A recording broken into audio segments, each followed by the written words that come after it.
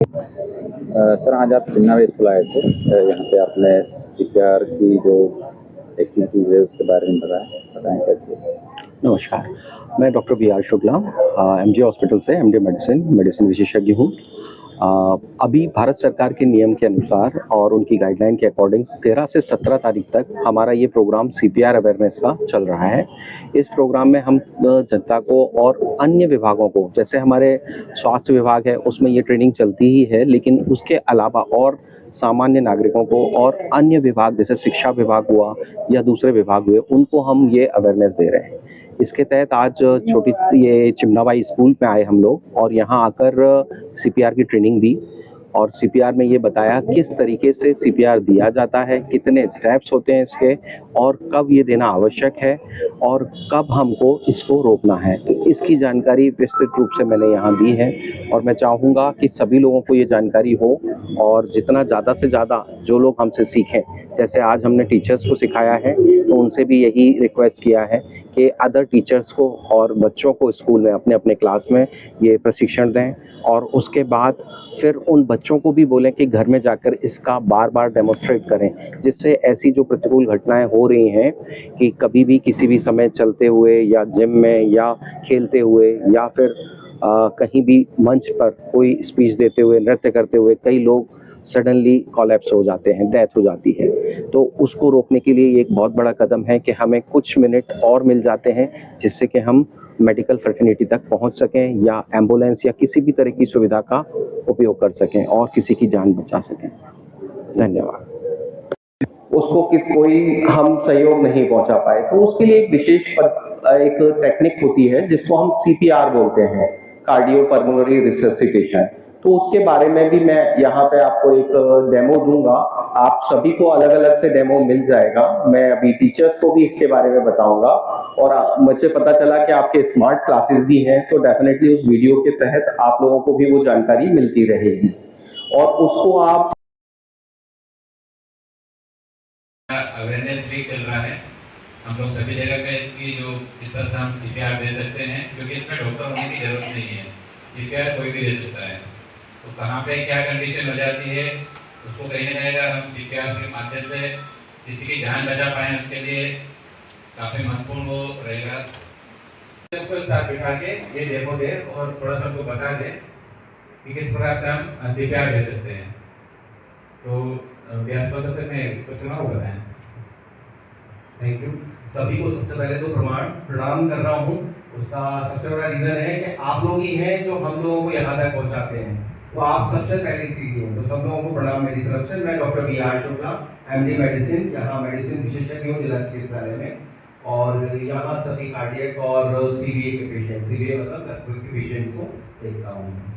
तो मैं ये जानकारी आप सभी लोगों को पहुँचा रहा हूँ कि सीपीआर क्या होता है। आजकल हम लोगों ने बहुत ज़्यादा न्यूज़पेपर्स में भी देखा है, काफ़ी ज़्यादा चर्चित हो रहा है कि कम उम्र में भी अचानक से साइलेंट अटैक्स आ रहे हैं, कई लोग डेथ हो जाती है, कई लोग जिम करते हुए चले जाते हैं, कई लोग जो डांस कर रहे हैं डांस करते हुए गिर जाते हैं, या कई लोग स्टेज पे नॉर्मली अपना कोई स्पीच देते हुए एक्साइटेड होते हैं और सडनली गिर जाते हैं।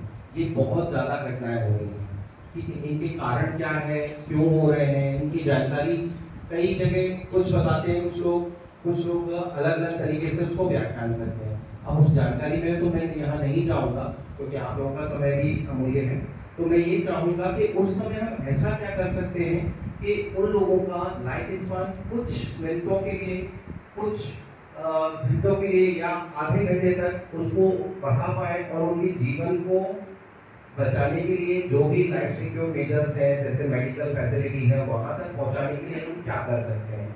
तो उसके लिए सबसे सिंपल पद्धति होती है सीपीआर की पद्धति, जहाँ तक कि काफ़ी लोगों को पता भी होगा, लेकिन आमतौर पर केवल लोग ये जानते हैं कि हमको छाती को दबाना है, यही सुना होगा आप लोगों ने। हम एग्जॉस्ट हो जाएंगे तो तब तक मेडिकल फर्टिलिटी नहीं आएगी, जो भी हम मेहनत कर रहे हैं उसका कोई फायदा नहीं होगा।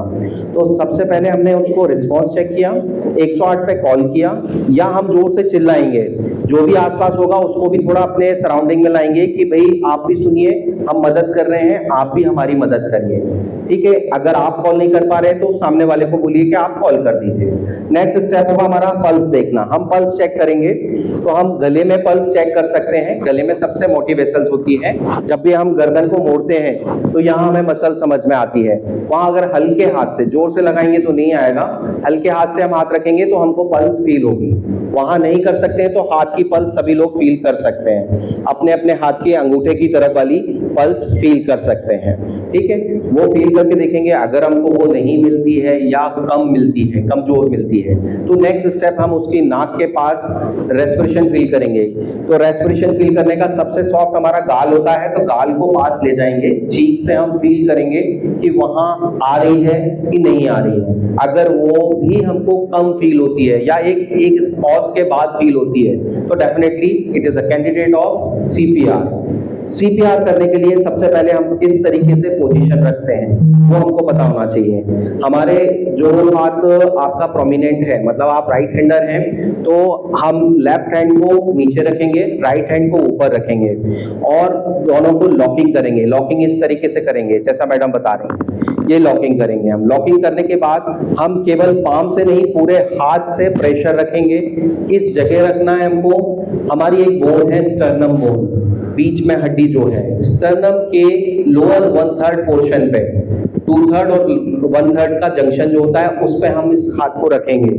फिर नेक्स्ट पोजीशन में क्या हमको ध्यान रखना है कि हमारी एल्बो जॉइंट लॉक होगी। एल्बो जॉइंट लॉक होना मतलब जिस तरीके से मैडम ने अभी किया है, ये जॉइंट लॉक होगा, यानी हम स्ट्रेट होंगे, हम दोनों घुटनों के बल बैठे होंगे, ठीक है। हम सराउंडिंग चेक करेंगे कि आसपास कोई कांच का चीज, जैसे अगर बेहोश हुआ है कांच की चीज या करंट का वायर या कोई केमिकल, वो तो नहीं पड़ा है आसपास, जो हमको भी हजार्ड करेगा और पेशेंट को भी, ठीक है। तो हम पेशेंट को ऐसी जगह लाएंगे जहां प्रॉपर स्मूथ सरफेस हो, ठीक है। उसके बाद जब हम प्रेशर देना शुरू करेंगे तो pressure should be from the shoulder, हमारे शोल्डर से प्रेशर नीचे की तरफ जाएगा, ज्यादा नहीं करना है, पेशेंट इज नॉट देयर, है ना, प्रेशर नहीं आपको डेमोन्स्ट्रेट करना है, दैट्स इट।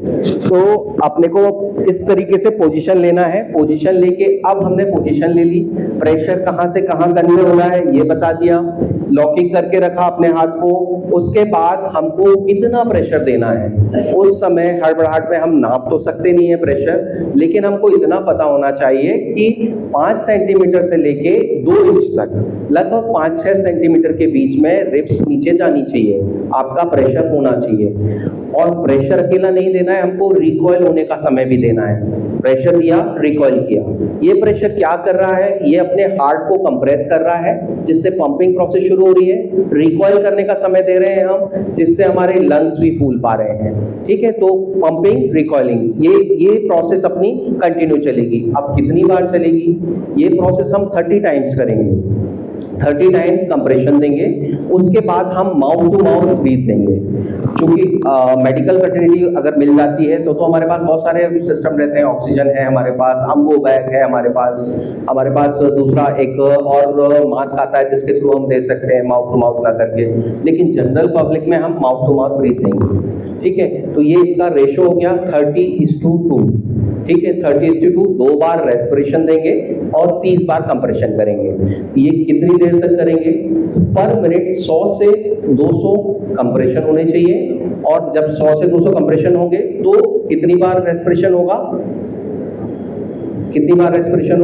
30 पे 2 बार रेस्पिरेशन दे रहे हैं हम, है ना, लगभग 3 बार तो होना ही होना है ना।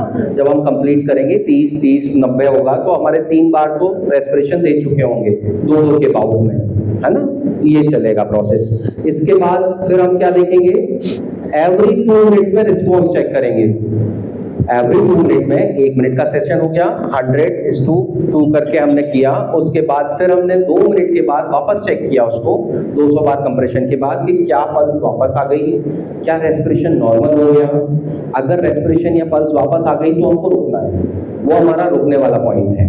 दूसरा, और कब रुकेंगे हम तब तक नहीं रुकेंगे, कंटिन्यू करेंगे जब तक कि एम्बुलेंस नहीं आ जाती है। अगर रिस्पांस नहीं आता है तो, और अगर रिस्पांस आ रहा है तो हम रुकेंगे, उससे बात करने की कोशिश करेंगे, उसको उठाने की कोशिश करेंगे। ठीक है, ये प्रोसेस हमारी कंप्लीट हुई। इसके बाद अगर पेशेंट का दोबारा से जाता है तो क्या फिर से करना है हमको सीपीआर? फिर से करना है सीपीआर, दोबारा शुरू करेंगे। आप 2-3 कंडीशन ही हैं जिसमें सीपीआर बंद कर सकते हैं। एक, पेशेंट के रिस्पॉन्स आने पर, दूसरा मेडिकल फैसिलिटी आने पर, तीसरा अगर कोई ऑप्शन नहीं बचा है और आप आधे घंटे पौना घंटे करने के बाद एग्जॉस्ट हो चुके हैं, आपके पास कोई हेल्प नहीं है। ये 3 ही चीजें हैं। तो इसीलिए सबसे पहला पॉइंट हमारा यही होता है कि हेल्प के लिए कॉल करें, जो भी आसपास हो उसको, और एम्बुलेंस को।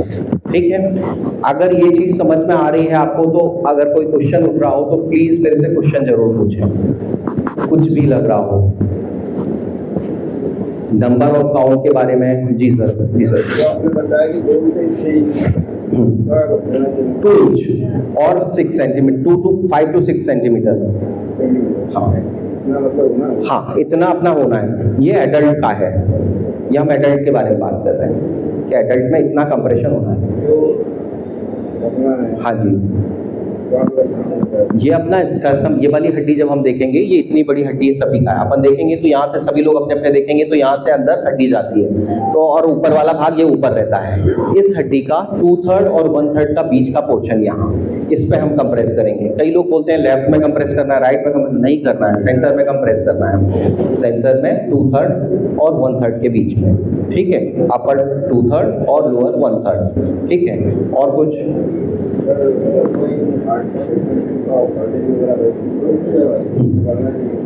सबसे पहले बता दिया था मैंने, हमें जान बचानी है। अगर कोई भी ये कहता है, ये क्वेश्चन अपने आप में ये है कि जान बचानी है या नहीं, तो आदमी ये कहेगा बचाना है, हमको सीपीआर देना है। वो कार्डियक पेशेंट है, ये आपकी बात बिल्कुल सही है। उस समय हम कार्डियक फैसिलिटी नहीं दे सकते उसको। जो भी परेशानी है हमारी फेंटिंग वाली है, अनकॉन्शियस हो रहा है पेशेंट, उसकी पल्स कम हो रही है, उसकी रेस्पिरेशन कम हो रहा है, हमको बचाना है। पहली प्रायोरिटी सीपीआर देना है। हाँ, कोई बात नहीं। देखिए, वॉल्व का ऑपरेशन हो गया, वो रिपेयर हो गया है, एमवीआर हुआ होगा, रिप्लेसमेंट हुआ है, लेकिन अगर उनको ऐसी सिचुएशन आती है, देना होगा। इसका बहुत इंपॉर्टेंट फैक्ट यही है कि जान पहले, उसके बाद किसी ऑर्गन की रिपेयर है ना, रिपेयर हम कर सकते हैं। ये बहुत कारगर है, बहुत ज़्यादा कारगर है, लेकिन बस हमारे दिमाग में कहीं ना कहीं ये फोबिया रहता है कि पता नहीं हम कर पाएंगे कि नहीं कर पाएंगे। पानी में डूब के बाहर निकला है वो, या फिर किसी और कारण से फेंटिंग हुई है, तो उस इंडिकेशन में नहीं देना है आपको। मेडिसिन वाला कोई इंडिकेशन नहीं करना है, जो हम बेसिक कर सकते हैं वो करना। सबसे पहले हिलाएंगे जोर से, नहीं रिस्पॉन्स किया। उसके बाद दूसरा पॉइंट हम देखेंगे उसकी सांस चल रही है या नहीं, या तो अपने गाल से या अपने हथेली के पीछे से, है ना। पल्स देखेंगे, उसके बाद सांस चल रही है नहीं चल रही है, उसको नाक के पास अपने गाल को ले जाएंगे। ठीक है, इसके बाद हमको लगा कि नहीं उसकी सांस कम हो रही है या पल्स कम हो रही है, तो हमारी अगली होगी कि हम जोर से आवाज लगाएंगे कि आइए देखिए इसको कुछ हो गया है, या फिर कॉल करेंगे अपने मोबाइल निकाल के 108 पे। फिर हम कोई है भैया कुछ हो गया है, आ जाओ। Very good. उसके बाद फिर हम अपना पोजीशन लेंगे। पोजीशन में हम अपना, आपका राइट हैंड, लेफ्ट हैंडर है आप? लेफ्ट हैंडर है तो राइट हैंड नीचे रहेगा, लेफ्ट हैंड ऊपर रहेगा। हम इसको लॉकिंग करेंगे। लॉकिंग करने के बाद हम स्ट्रेट करेंगे। ये वाली लॉकिंग भी होनी चाहिए जो हमारी एल्बो पे है, ये लॉकिंग होनी चाहिए। घुटने के बल हैं आप। उसके बाद फिर ये दबाने के लिए रखेंगे हम 1/3, हम थोड़ा सा ऊपर रखेंगे, बस हाँ, यहाँ रखेंगे और हम पूरा प्रेशर अपने कंधे से देंगे, तो हम आगे की तरफ होंगे उसके, है ना। बस पास प्रेशर नहीं करना है ठीक है। उसको प्रेशराइज करेंगे, प्रेशर करेंगे। प्रेशर कितनी बार करेंगे, तो हम हर बार गिनेंगे, 1 2 3 4 5, पूरा गिनेंगे 30 तक गिनने के बाद फिर उसको माउथ टू माउथ ब्रीथ देंगे। माउथ टू माउथ ब्रीथ में हम कुछ चीजें ध्यान रखेंगे। एक, आपका चिन लिफ्टेड होना चाहिए, ऊपर की तरफ उठाना होता है ये, ठीक है, जितना हो सके ऊपर की तरफ उठाते हैं, मुंह ओपन करते हैं। ये भी देखते हैं हम कि अगर कोई पानी में डूब गया है उसके बाद ऐसी स्थिति है तो कहीं ऐसा तो नहीं है कोई फॉरेन बॉडी मुंह में हो सकता है पानी में गिरा है, वहाँ बेहोश हो गया है तो फॉरेन बॉडी या कोई पत्ते या फिर कोई भी घास फूस वो मुंह में भरी है, फिंगर से उसको निकाल लेते हैं। निकालने के बाद फिर माउथ टू माउथ ब्रीथ देते हैं। माउथ टू माउथ ब्रीथ में क्या ध्यान रखते हैं कि लिप्स का, उसके लिप्स से जो पाउच लिप्सिंग बोलते हैं हम, मतलब हम उसको ब्लॉक कर रहे हैं पूरा, कहीं से भी हवा लीक नहीं हो, नहीं तो हम जो रेस्पिरेशन दे रहे हैं उसका कोई फायदा नहीं होगा। नेक्स्ट उसमें क्या करना होता है, नाक बंद करनी होती है, चिन लिफ्ट करना है, नाक बंद करना है, उसके बाद माउथ टू माउथ ब्रीथ देना है। ये प्रोसेस है। ब्रीथ कितना देंगे हम, 1 सेकंड से 2 सेकंड तक देते हैं। एक बार 1 सेकंड में एक बार दे दी, दूसरे सेकंड में दूसरी बार दे दी, ठीक है। ये किया हमने 30 कंप्रेशन के बाद। उसके बाद फिर 30 कंप्रेशन दिए, फिर 2 बार किया, फिर 30 कंप्रेशन दिए, फिर 2 बार किया। ऐसा प्रोसेस करते हुए हम 6 बार कर लेंगे। उसके बाद उसकी पल्स चेक करेंगे या फिर वो खुद होश में आ जाए इस ड्यूरेशन में, ये करेंगे, ठीक है। अब मुझे लगता है लगभग सभी लोगों को